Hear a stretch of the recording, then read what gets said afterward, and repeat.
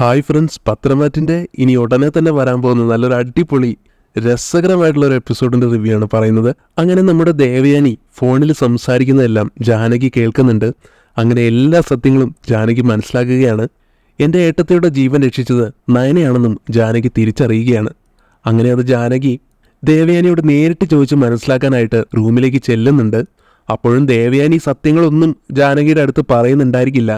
എന്തായാലും താൻ ഇതുവരെ നയനയോട് ചെയ്ത ക്രൂരതകളെല്ലാം ഓർത്ത് വല്ലാതെ പശ്ചാത്തപിക്കുന്നുണ്ട് ജാനകി. അന്നത്തെ ദിവസം ഓഫീസിൽ നിന്നും വളരെ ക്ഷീണിച്ചായിരിക്കും നയന വീട്ടിലെത്തുന്നത്. ദേവയാനി ചായ കൊണ്ടു കൊടുക്കുന്നുണ്ട്. തലവേദന എടുത്തിരിക്കുന്ന നയനയുടെ അടുത്തേക്ക് അനാമിക വന്ന് നയനയെ ചൊടിപ്പിക്കുന്ന രീതിയിൽ പലതും സംസാരിക്കുകയാണ്. നയനയ്ക്കാണെങ്കിൽ അതെല്ലാം കേട്ട് ദേഷ്യം വന്ന് അനാമികയെ തല്ലാൻ കൈയോങ്ങുന്നുണ്ട്. അനാമികയാണെങ്കിലും തിരിച്ച് നല്ല ദേഷ്യത്തോടെ നീ എനിക്ക് നേരെ കൈയോങ്ങാനായോടെയെന്നും പറഞ്ഞുകൊണ്ട് അവിടെ ഇരിക്കുന്ന ചായ എടുത്ത് നയനയുടെ മുഖത്തേക്ക് ഒഴിക്കുകയാണ്. ഇത് കണ്ട് ജാനകി അങ്ങോട്ട് വരുന്നുണ്ട്. അനാമിക കാണിച്ച ഈ തെമ്മാടിത്തരത്തിന് നല്ല ചീത്ത പറഞ്ഞു കൊടുക്കുന്നുണ്ട് ജാനകി. അതോടൊപ്പം നയനയോട് മാപ്പ് പറയാനും ആവശ്യപ്പെടുകയാണ്. എന്നാൽ അനാമിക വീണ്ടും പറയുകയാണ്, അവൾ എന്നെ തല്ലാനായിട്ട് കൈയൊങ്ങിയത് കൊണ്ടല്ലേ ഞാൻ അങ്ങനെ ചെയ്തത്. അപ്പോഴേ കുറ്റം മുഴുവൻ അവളുടെ ഭാഗത്താ. ഞാനിതിന് മാപ്പ് പറയേണ്ട കാര്യമൊന്നുമില്ല. അങ്ങനെയും പറഞ്ഞ അഹങ്കാരത്തോടെ നിൽക്കുമ്പോൾ ജാനകി തിരിച്ചു പറയുന്നുണ്ട്, നീയേ മാപ്പ് പറഞ്ഞെന്ന് വെച്ച് ഒന്നും സംഭവിക്കില്ല. അവള് നിന്റെ ഏട്ടത്തിയാ. നിന്റെ ചേച്ചിയുടെ സ്ഥാനമുണ്ട്. അങ്ങനെയുള്ള നയന നിന്നെ തല്ലിയെന്ന് കരുതി നിനക്കൊന്നും വരാൻ പോകുന്നില്ല. അതുകൊണ്ട് നീ മര്യാദയ്ക്ക് മാപ്പ് പറയാൻ തന്നെ ജാനകി കൽപ്പിക്കുന്നുണ്ട് അനാമികയ്ക്ക് നേരെ. പിന്നെയും എനിക്ക് പറ്റില്ലെന്ന് തന്നെയാണ് കേട്ടോ അനാമിക പറയുന്നത്. ഇതുകൂടെ ആയപ്പോഴത്തേക്കും ജാനകിയുടെ ദേഷ്യം ഇരട്ടിക്കുന്നുണ്ട്. അനാമികെ, നീ ചെയ്തത് വലിയ തെറ്റാണ്. ഇത് അച്ഛനോടും അമ്മയോടും ഞാൻ പോയി പറഞ്ഞിട്ടുണ്ടെങ്കിൽ നിനക്ക് ഇതിലും വലിയ ശിക്ഷയായിരിക്കും കിട്ടാൻ പോകുന്നത്. അതുകൊണ്ട് നീ ഇപ്പോൾ തന്നെ നയനയോട് മാപ്പ് പറയണം. അനാമികയാണെങ്കിൽ വേറെ വഴിയില്ലാതെ നയനയോട് മടിച്ചുകൊണ്ട് മാപ്പ് പറയുന്നുണ്ട്. എന്നിട്ട് ദേഷ്യത്തോടു കൂടി അവിടുന്ന് പോവുകയും ചെയ്യുന്നു. അനാമിക അവിടുന്ന് പോയി കഴിഞ്ഞതും ജാനകി നയനയോടായിട്ട്, മോളെ, അവള് ചെയ്തത് വലിയൊരു തെറ്റാണ്. നീ അവളോട് ക്ഷമിച്ചേക്ക്. എന്നാൽ ജാനകിയുടെ ഈ മാറ്റം കാണുമ്പോൾ ശരിക്കും അമ്പരന്ന് പോകുന്നുണ്ട് നയന. തന്നോട് ഇത്രയും നാൾ മോശമായി പെരുമാറിക്കൊണ്ടിരുന്ന ചെറിയമ്മ ഇപ്പതേ തന്നോട് ഇങ്ങനെ ഇത്രയും സ്നേഹത്തോടെ പെരുമാറണമെങ്കിൽ അതിന് പിന്നിൽ എന്തെങ്കിലും ഒരു കാരണം ഉണ്ടാകണമല്ലോ. പക്ഷെ അതെന്താണെന്ന് മനസ്സിലാക്കുന്നില്ല നയനയ്ക്ക്. പിന്നീട് ഈ കാര്യങ്ങളെല്ലാം നയന ആദർശിന്റെ അടുത്ത് പറയുന്നുണ്ട്. ഇത് കേൾക്കുന്നതും ആദർശിന് ദേഷ്യം വരുന്നുണ്ട്. അവൾ ഇങ്ങനെയൊക്കെ ചെയ്തിട്ടും നീ വെറുതെ കൈകെട്ടി നോക്കി നിന്നോ? നല്ല കണക്കിന് കൊടുക്കണ്ടായിരുന്നോ എന്നിങ്ങനെ അനാമികയെ കുറിച്ച് പറയുമ്പോൾ നയന ആദർശിനോട് പറയുന്നുണ്ട്, അത് പിന്നെ ആദർശേട്ടാ, ഞാൻ കൈ ഓങ്ങിയതാ. എന്നാൽ അവള് തിരിച്ച് അങ്ങനെ ചെയ്യുമെന്ന് ഞാൻ ഒട്ടും കരുതിയില്ല. പക്ഷെ എന്നെ ഞെട്ടിച്ച സംഭവം ഇതൊന്നുമല്ല കേട്ടോ. എന്നെ കാണുന്നത് പോലും ഇഷ്ടമല്ലായിരുന്ന ഇളയമ്മ ഉണ്ടല്ലോ, ഇളയമ്മ അവളെ കൊണ്ട് മാപ്പ് പറയിപ്പിച്ചു. എനിക്ക് ഉറപ്പാണ് ആദർശേട്ടാ, ഇളയമ്മയുടെ സ്വഭാവത്തിൽ എന്തൊക്കെയോ മാറ്റം വന്നിട്ടുണ്ട്. ഉടനെ ആദർശം പറയുന്നുണ്ട്, നീ ഈ വീട്ടിലോട്ട് കയറി വന്ന സമയത്ത് നിന്നോട് ഏറ്റവും കൂടുതൽ സ്നേഹം കാണിച്ചത് ഇളയമ്മ തന്നെ ആയിരുന്നില്ലേ? പിന്നീട് ഓരോ തെറ്റിദ്ധാരണ വന്ന് ഇളയമ്മ ഇങ്ങനെയൊക്കെ ആയി. അതും ആ അനാമിക കാരണം. ഇപ്പോൾ അനാമികയും അപ്പച്ചിയും പറയുന്നതാണല്ലോ ഇളയമ്മ കണ്ണടച്ച് വിശ്വസിക്കുന്നത്. എന്തായാലും നിന്നെ സ്നേഹിച്ചിരുന്ന ആ പഴയ ഇളയമ്മയാവാൻ ഇനി അധികം സമയമൊന്നും വേണ്ടിവരില്ലെന്നാ എനിക്ക് തോന്നുന്നത്. അങ്ങനെ പറയുന്നുണ്ട് കേട്ടോ ആദർശം നയനയോട്. ജാനകിയാണെങ്കിൽ നയനയോട് പെരുമാറിയതെല്ലാം ഓർത്തിങ്ങനെ ഇരിക്കുകയാണ്. ഈ സമയത്താണ് ദേവയാനി അങ്ങോട്ട് വരുന്നത്. ദേവയാനിയെ കാണുന്നതും ജാനകി എഴുന്നേറ്റ് പോകാനായിട്ട് ശ്രമിക്കുന്നുണ്ട്. അപ്പോൾ ദേവയാനി ചോദിക്കും, എന്താ ജാനകി, നീ എങ്ങോട്ടാ പോകുന്നത്? എന്നെ കണ്ടിട്ടാണോ? അല്ല ഏട്ടത്തി. ഏട്ടത്തിക്ക് പല കാര്യങ്ങളും എൻ്റെ അടുത്ത് സംസാരിക്കാൻ വലിയ ബുദ്ധിമുട്ടല്ലേ? അതുകൊണ്ട് പിന്നെ ഞാൻ എന്തിനാ ഏട്ടത്തിയോട് സംസാരിക്കുന്നത്? ഉടനെ ദേവയാനി ചോദിക്കുന്നുണ്ട്, അതെന്താ ജാനകി നീ അങ്ങനെയൊക്കെ പറയുന്നേ? ഞാൻ എന്ത് മറച്ചു വെച്ചെന്നാ നീ ഈ പറയുന്നത്? അപ്പോൾ ജാനകി ചോദിക്കും, ഏട്ടത്തി എന്നോടൊന്നും മറച്ചു വെച്ചിട്ടില്ലേ? ഈ വീട്ടിലെ എല്ലാവരും അറിയുന്ന സത്യം ഏട്ടത്തി എന്നോട് മാത്രം പറയാതെ വെക്കുന്നത് എന്തുകൊണ്ടാ? അതെനിക്ക് എത്രയായിട്ടും മനസ്സിലാവുന്നില്ല. ദേവയാനിക്കാണെങ്കിൽ ജാനകി എന്താ ഉദ്ദേശിക്കുന്നതെന്ന് മനസ്സിലാവുന്നില്ല. അതുകൊണ്ട് തന്നെ ദേവയാനി പറയുന്നുണ്ട്, എനിക്കൊന്നും മനസ്സിലാവുന്നില്ല ജാനകി. അപ്പോഴാണ് ജാനകി തുറന്നു പറയുന്നത്, ഏട്ടത്തി, ഇനി ഏട്ടത്തി ഒന്നും മറച്ചു വെച്ചിട്ട് കാര്യമില്ല. ഞാനേ ഏട്ടത്തി ഫോണിൽ സംസാരിക്കുന്ന എല്ലാം കേട്ടു. ഏട്ടത്തിക്ക് ലിവർ തന്നത് നയനമോളാണല്ലേ? ഏട്ടത്തിക്ക് പെട്ടെന്നുണ്ടായ ആ ഒരു മാറ്റത്തെക്കുറിച്ച് ഞാൻ പലതവണ ഏട്ടത്തിയോട് ചോദിച്ചു. പക്ഷെ ഏട്ടത്തി ഒരു വാക്ക് പോലും എന്നോട് പറഞ്ഞില്ല. നയനയോട് ഇത്രയും സ്നേഹം കാണിക്കുന്നത് എന്തിനാണെന്ന് എനിക്ക് ഇന്നാണ് മനസ്സിലായത്. ശേഷം വീണ്ടും ചോദിക്കാണ്, ഏട്ടത്തിയുടെ ജീവൻ രക്ഷിച്ചത് നയനയാണല്ലേ? അക്കാര്യം ഞാനൊഴികെ ഈ വീട്ടിലെ എല്ലാവർക്കും അറിയാം. പക്ഷെ നിങ്ങളെല്ലാവരും ചേർന്ന് എന്നോടത് മറച്ചു വെക്കുകയല്ലേ ചെയ്തത്? ജാനകിയുടെ ഈ വാക്കുകളെല്ലാം കേട്ട് ആകെ സ്റ്റക്കായി നിൽക്കുന്നുണ്ട് ദേവയാനി, എന്തു പറയണമെന്നറിയാതെ. ജാനകിയാണെങ്കിൽ പിന്നെയും പരിഭവത്തോടെ പറയാണ്, എന്നാൽ ഇതെല്ലാം അറിഞ്ഞിട്ടും ഏട്ടത്തി എന്നോടൊരു വാക്ക് പോലും പറഞ്ഞില്ലല്ലോ. നയനയുടെ നന്മയൊന്നും മനസ്സിലാകാത്ത ഞാൻ അവളോട് എത്ര മോശമായിട്ടാണ് പെരുമാറിയത് ഇത്രയും നാളും. അന്ന് നയനയുടെ വീട്ടിൽ പോയപ്പോൾ അനാമിക അവളെ തള്ളിയിട്ടപ്പോഴും ഞാൻ അവളെയാണ് കുറ്റപ്പെടുത്തിയത്. ആ ഒരു സാഹചര്യത്തില് അനാമിക ഒരിക്കലും അങ്ങനെ ചെയ്യാൻ പാടില്ലായിരുന്നു. എന്നിട്ടും ഞാനത് ചെയ്തു, നയനയെ കുറ്റപ്പെടുത്തി. ഉടനെ ദേവയാനി പറഞ്ഞു കൊടുക്കുന്നുണ്ട് ജാനകിയോട്, ജാനകി, നീ ഇപ്പോഴും മുഴുവനൊന്നും അറിയാതെയാണ് ഇങ്ങനെ സംസാരിക്കുന്നത്. ഞാൻ ഇക്കാര്യം അറിഞ്ഞു എന്നുള്ളത് ശരിയാണ്.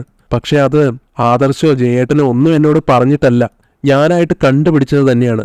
എനിക്ക് ലിവർ തന്നത് നയനയാണെന്ന് എനിക്ക് അറിയാമെന്ന് അവർക്കും അറിയില്ല. ദേവയാനി ഈ പറഞ്ഞതെല്ലാം കേട്ടിട്ട് ജാനകിക്കൊന്നും മനസ്സിലാവുന്നില്ല. ജാനകി ചോദിക്കുന്നുണ്ട്, ഏട്ടത്തി എന്തൊക്കെയായി പറയുന്നത്? ദേവയാനി തെളിച്ചു പറയുന്നുണ്ട്, ഞാൻ പറഞ്ഞത് സത്യമാണ് ജാനകി.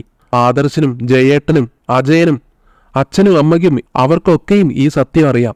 പക്ഷെ എൻ്റെ അടുത്ത് അവരാരും ഇക്കാര്യം തുറന്നു പറഞ്ഞിട്ടില്ല. ഇനി ഞാൻ അറിഞ്ഞു കഴിഞ്ഞാൽ എങ്ങനെ പ്രതികരിക്കുമെന്ന് ഓർത്തിട്ടായിരിക്കും അവരെന്നോട് ഒന്നും പറയാതിരിക്കുന്നത്. പക്ഷെ ആ കുട്ടിയെ എനിക്ക് കണ്ടെത്തണമെന്നുള്ള വാശിയായിരുന്നു. അങ്ങനെ ഞാൻ ഹോസ്പിറ്റലിൽ പോയി അന്വേഷിച്ചു. അങ്ങനെയാണ് എനിക്ക് മനസ്സിലാക്കാൻ സാധിച്ചത്, എൻ്റെ ജീവൻ രക്ഷിച്ച, എനിക്ക് വേണ്ടി പ്രാർത്ഥിച്ച, എനിക്ക് ലിവർ തന്ന ആ പെൺകുട്ടി നയനയാണെന്ന്. അതിനുശേഷം തന്നെയാണ് എനിക്ക് മാറ്റങ്ങളും സംഭവിച്ചത്, നയനയെ സ്നേഹിക്കാൻ തുടങ്ങിയത്. നിന്നെപ്പോലെ നയനയും അവളുടെ വീട്ടുകാരെയും അവരുടെ നന്മ മനസ്സിലാക്കാതെ ഞാനും ഒരുപാട് തെറ്റിദ്ധരിച്ചിരുന്നു. പക്ഷെ ഇപ്പം എനിക്കറിയാം അവരുടെയൊക്കെ സ്വഭാവം എങ്ങനെയാണെന്ന്. തെറ്റും ശരിയും മനസ്സിലാക്കാൻ എനിക്ക് കുറച്ച് സമയമെടുത്തു, അത്രയേ ഉള്ളൂ. കാര്യങ്ങളെല്ലാം അറിയുന്ന ജാനകി ചോദിക്കുന്നുണ്ട്, അപ്പോൾ ഏട്ടത്തിക്ക് ഇക്കാര്യം അറിയാമെന്നുള്ളത് നയനയ്ക്കും അറിയില്ല അല്ലേ? ഇല്ല ജാനകി, ആർക്കും അറിയില്ല. ഞാൻ ആരുടെ അടുത്തും പറയാതിരിക്കുന്നത് അവരെല്ലാവരും എന്നിൽ നിന്ന് ഇക്കാര്യം മറച്ചു വെച്ചതല്ലേ. ആ ഒരു ദേഷ്യത്തിന് തന്നെയാ ആരോടും പറയാതെ ഞാനിങ്ങനെ മുന്നോട്ട് കൊണ്ടുപോകുന്നത്. എൻ്റെ ഒരു മധുര പ്രതികാരമാണെന്ന് കൂട്ടിക്കോ. ഇനി നീയായിട്ട് ഇത് ആരോടും പറയണ്ട.